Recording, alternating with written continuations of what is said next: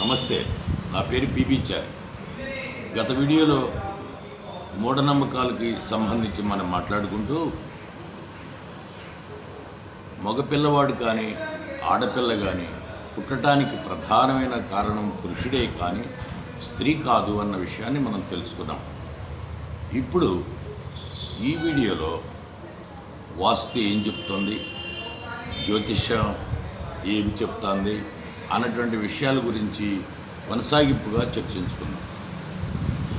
ఇవాళ మన దేశంలో, ముఖ్యంగా మన సమాజంలో బాగా చదువుకున్నటువంటి వాళ్ళలోనే ఈ వాస్తు పిచ్చి అన్నటువంటిది విపరీతంగా పెరిగిపోయింది. ఇది శీకాకాయ సోపేసి కడిగినా కానీ ఈ జిడ్డు సమాజానికి వదిలే పరిస్థితుల్లో లేదు. అంటే అంతగా వేళ్ళునుకుని పోయిందన్నమాట. అంతగా వేళ్ళునుకుపోయినటువంటి వాస్తుశాస్త్రం అసలు ఏం చెప్తుంది? వాస్తట తెల్లగా ఉన్నటువంటి భూమి ఉత్తమమైనదట, అది తీయగా ఉంటుందట. దాంట్లో బ్రాహ్మణులు ఇల్లు కట్టుకోవాలట, వాళ్ళకది చాలా శ్రేయస్కరమైనదట. అలానే ఎర్రని భూమి మధ్యమమట, అది కారంగా ఉంటుందట. దాంట్లో క్షత్రియులు ఇల్లు కట్టుకోవాలి. తరువాత పసుపచ్చని భూమి ఉంటుందట, ఆ పసుపచ్చని భూమి పుల్లగా ఉంటుందట, అది అధమమట. దాంట్లో వైశ్యులు ఇల్లు కట్టుకోవాలి. అలానే నల్లరేగడి భూమి ఉంటుంది చూసారా, నల్లరేగడి భూమి అది అధమాధమం అంటారు.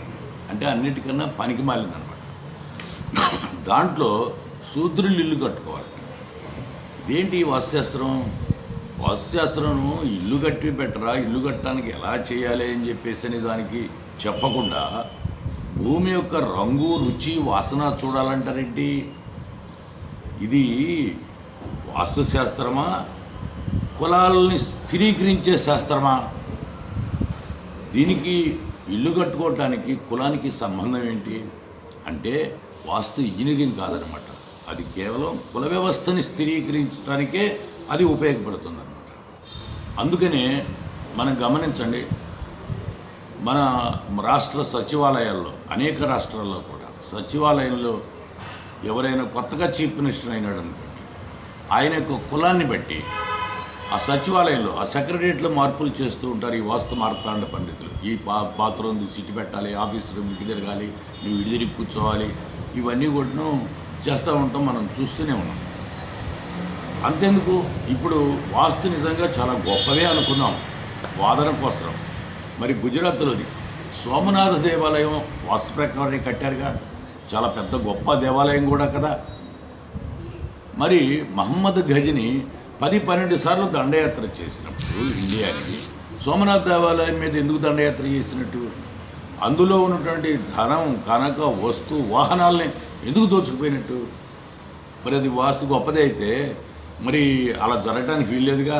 మరి దీనికి వాస్తు మార్తాండ పండితులు సమాధానం చెప్తారా, చెప్పగలరా? ఇలాగా మనం ప్రశ్న వేయాలి, ఇలాగా మనం ఆలోచించాలి.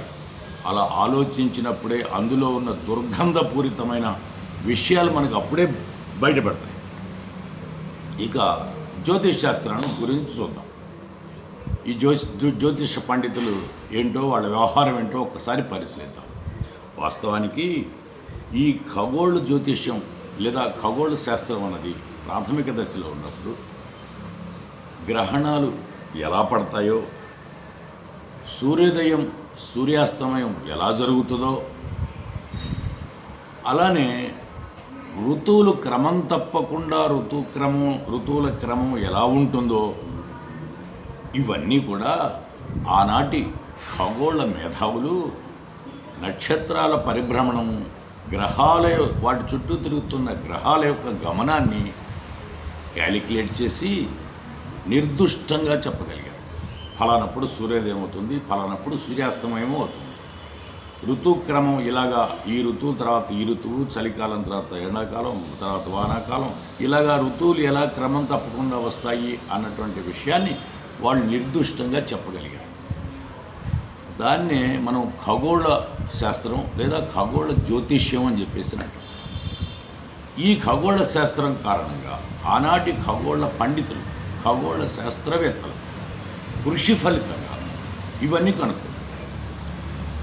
అయితే వాళ్ళు చెప్పిన దాని ప్రకారంగా సమాజంలో నిర్దుష్టంగా జరుగుతున్నాయి. అది మన కళ్ళ ముందు మనం చూస్తున్నాం కదా.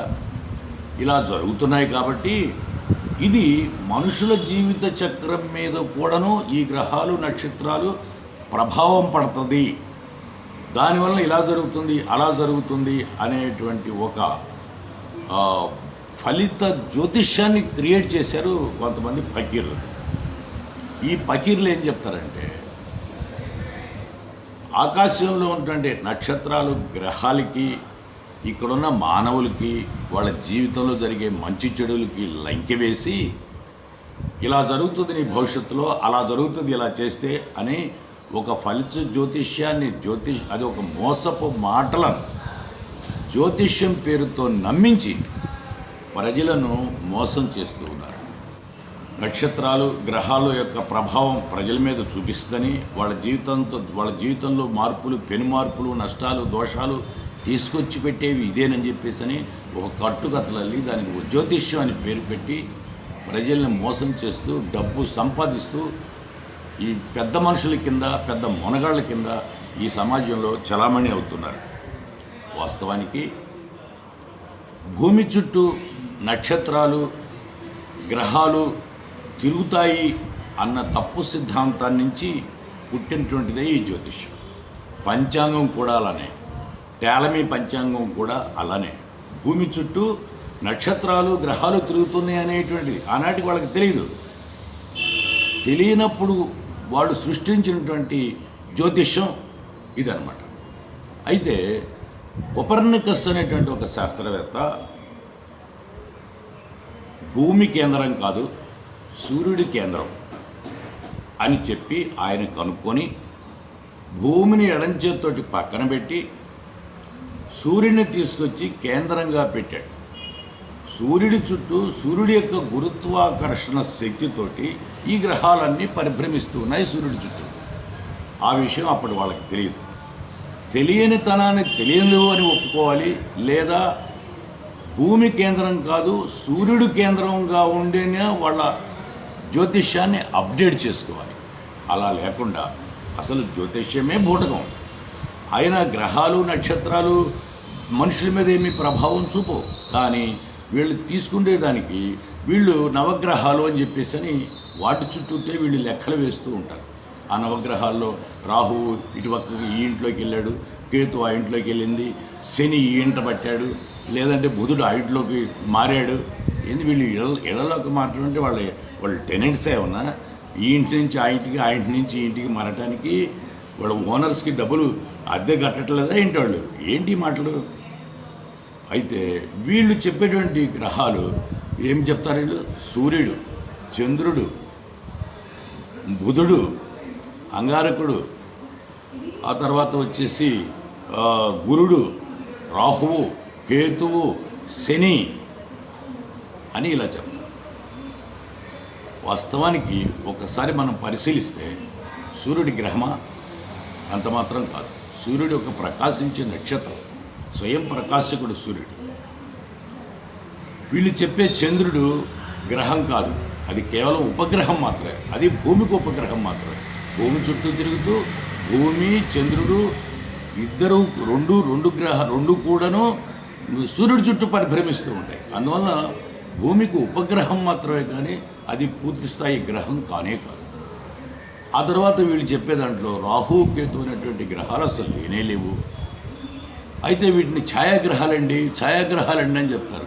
ఛాయ అంటే ఏంటి? నీడ. దేని నీడ? అది చెప్పడం వాళ్ళకు కూడా తెలియదు. ఛాయాగ్రహాలే చెప్తారు అంతే. అలానే భూమి ఒక గ్రహం, కానీ వీళ్ళ యొక్క జ్యోతిష్ శాస్త్రంలో భూమి లేదు. నెప్ట్యూన్, ప్లూటో ఇవి రెండు గ్రహాలు కూడాను వాళ్ళ జ్యోతిష్ శాస్త్రం లేవు. అంటే జ్యోతిష్యానికి ప్రాతిపదికగా తీసుకున్నటువంటి గ్రహాలే ఒక తప్పులు తడకైనప్పుడు వీళ్ళు చెప్పే జ్యోతిష్యం ఏం జ్యోతిష్యం? బజార్లో చెప్పే చిలక జ్యోతిష్యం కన్నా ఇంకా హీనం కదూ. అందువల్ల ఏంటంటే ఇది ఇలాగ ప్రజలని మోసం చేస్తున్నారు. ఇది వాస్తవానికి జ్యోతిష్యం చెప్పడం అన్నటువంటిది మూఢత్వం మాత్రమే కాదు, మోసం కూడా. మన దేశంలో 2,500 కోట్ల రూపాయల జ్యోతిష్ వ్యాపారం జరుగుతుంది. ఒక్క పైసా కూడా పన్ను కట్టట్లా. పాలక వర్గాలు వీళ్ళ మీద చర్యలు తీసుకోవటం మాని ఇంకా వాళ్ళు ఎగదోస్తున్నారు, ప్రోత్సహిస్తున్నారు అన్నమాట. ఇది అత్యంత విషాదమైనటువంటిది మన సమాజంలో జరుగుతూ ఉన్న విషయాన్ని మనం గుర్తించాలి. ఇప్పుడు విశ్వవిద్యాలయాల్లోనూ యూనివర్సిటీల్లోనూ భూతవైద్యాన్ని ప్రవేశపెడతారట మన పాలకులు. ఈ భూతవైద్యం ఎవరు? గజకర్ణ, గోకర్ణ, తాంత్రిక, టక్కు, టమార విద్యల్లో ఆరితేరినటువంటి మాంత్రికులైన అధ్యాపకులను, ప్రొఫెసర్లు వీళ్ళు భూతవైద్యం నేర్పుతారట. ఇప్పుడు ఎక్కడైనా ఒక యూనివర్సిటీలో కానీ విద్యాలయాల్లో కానీ సైన్స్ పాఠాలు చెప్పేటువంటి, సైన్స్ పాఠాలు వినేటువంటి పిల్లలకి వాళ్ళు ప్రయోగాలు చేయడానికి ఆ విద్యాలయాల్లో ల్యాబొరేటరీలు ఉంటాయి, ప్రయోగశాలలు ఉంటాయి. వాళ్ళు దాంట్లో వాళ్ళకి సంబంధించిన పాఠ్యాంశాల మీద ప్రయోగం చేస్తూ ఉంటారు. మరి ఈ భూతవైద్యులు ఎక్కడ? భూతవైద్యానికి సంబంధించిన ఈ సోకాళ్ళ అధ్యాపకులు, ప్రొఫెసర్లు ఎక్కడ వీళ్ళకి ప్రాక్టికల్స్ నేర్పిస్తారు? అంటే శ్మశానంలో వీళ్ళు ప్రాక్టికల్స్ నేర్పిస్తారు అన్నమాట. శ్మశానంలో ఎవరి మీద నేర్పిస్తారు? దెయ్యాల మీద, పిశాచాల మీద వీళ్ళు ప్రాక్టికల్స్. వినటానికే మనకి విడ్డూరంగాను చాలా జుగుప్స కలిగించేట్టుగా లేదు. మనం మధ్యయుగాల్లోకి వెళ్తున్నామా, లేక అంతకుముందున్న రాతియుగంలోకి వీళ్ళు తీసుకెళ్తున్నారా అనే అనుమానం ప్రతి వాళ్ళకి వస్తుందా లేదా? అందువల్ల ఏంటంటే ఇలాంటి వాటిని, ఇలాంటి మూఢత్వం నుంచి మనుషులు బయటపడాలి, శాస్త్రీయ విజ్ఞానాన్ని నేర్చుకోవాలి. ఈ విషయాలు మనం తెలుసుకుంటూ ఈ వీడియో నేను ముగిస్తున్నాను. తర్వాత వీడియోలో దీని యొక్క కొనసాగింపు ఉంటుందని చెప్తున్నాను.